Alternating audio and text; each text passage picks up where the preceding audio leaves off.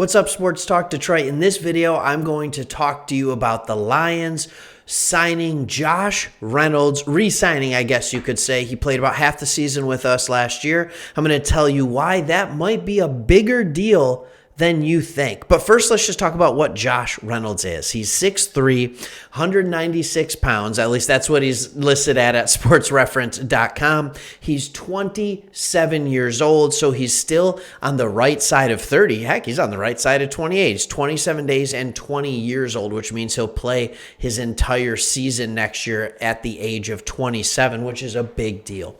When the Lions acquired him last year, he was buried in the depth chart on the team that he came from. And when he came to the Lions, he almost immediately saw some action, which was really cool. And we saw him immediately bring back that chemistry that he had developed with Jared Goff. Now, these two had played together for a number of years in LA, and they had parted ways last year, or at least half of last year, before they just found their way back together. It's like a love story that only the Detroit Lions could write. So it's kind of fun. Here's the numbers on his contract. 2 years, up to $12 million. I think it's important that we understand what the up to means. Basically, what that means is that it's not $12 million straight. There's going to be some incentives in that contract. Who knows? I haven't seen it. It hasn't been released, so it could be something like 50 catches or playoffs, or there's a lot of contract or incentives that are put in there. It could be simply games played, because he had some health issues last year that didn't even allow him to play in all 8 games that he was in Detroit for. But last year he had some good production, 19 catches in Detroit, 29 total, 306 yards in Detroit. So 306 yards, 19 catches. You think for the final 8 weeks, that's not great. He didn't play in a few of those weeks, so that's part of the reason why. Also, as we look at it, I think this is a bigger deal than we think. If we dive into the stats just a little bit more, he was 5th in air yards per target and 11th in yards per reception, minimum 15 receptions over the span that he was in Detroit.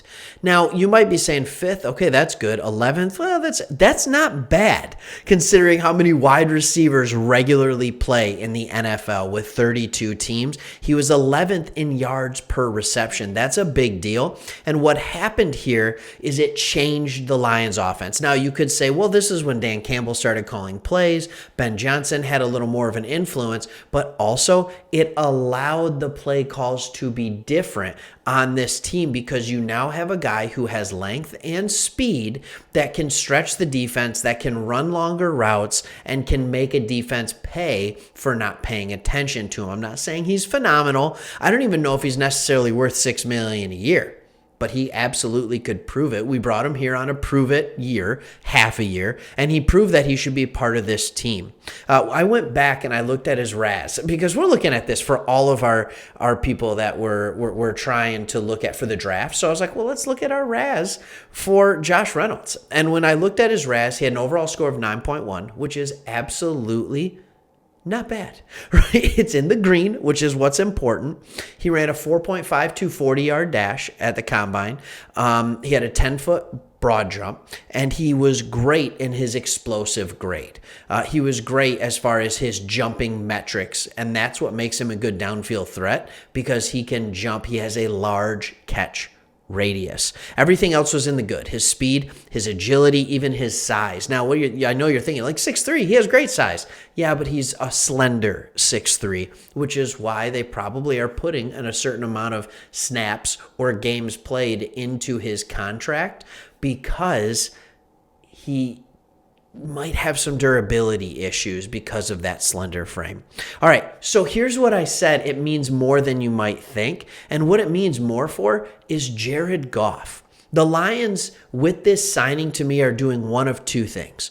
They're either saying, Jared Goff, we trust you, and we know you have a good rapport and connection with this wide receiver, so we're going to bring him back, and we're going to help you through this. That could be the first thing that they're saying. The second one is, hey, we know you have a good rapport with this receiver, so we're going to bring him back, hopefully to be the third receiver.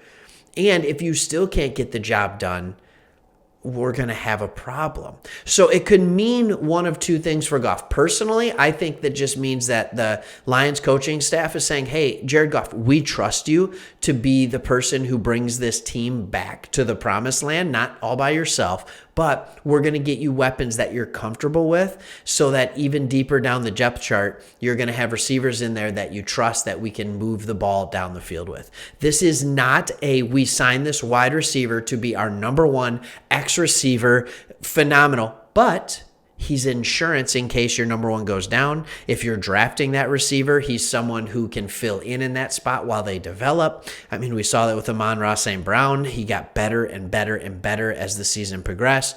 So that's the kind of thing you look at for a rookie. But it also tells me, honestly, that I don't think the Detroit Lions are going to go and spend that big money, that $20 million a year on Allen Robinson or something like that. And we saw wide receivers getting franchise tagged. I think Godwin got franchise tagged. At the time of this filming, it was the day of that they got tagged. Devontae Adams got tagged. Williams in I almost said San Diego in LA for the Chargers. He didn't get tagged, but he signed a 3-year, $60 million reported deal. So a lot of these good receivers that we talked about that we wanted to target, these X or number one receivers that we talk about, aren't available. So they're saying, you know what, let's keep our guy in house. Let's at least get our depth secured up. So now you have Amon-Ra St. Brown, you have Quintez Cephas, you have Josh Reynolds. So you're starting to see the back end, the depth of that wide receiver room come together. Now the question is, do you get another receiver or two, probably two, via the draft? Is there another one in free agency? What does that look like? But the Lions have yet retained another player that wanted to stay in Detroit.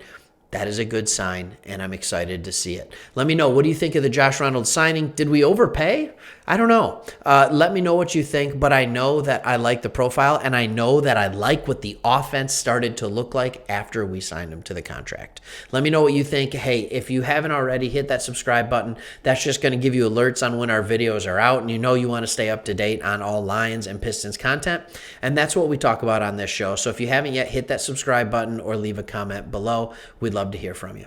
Go Lions.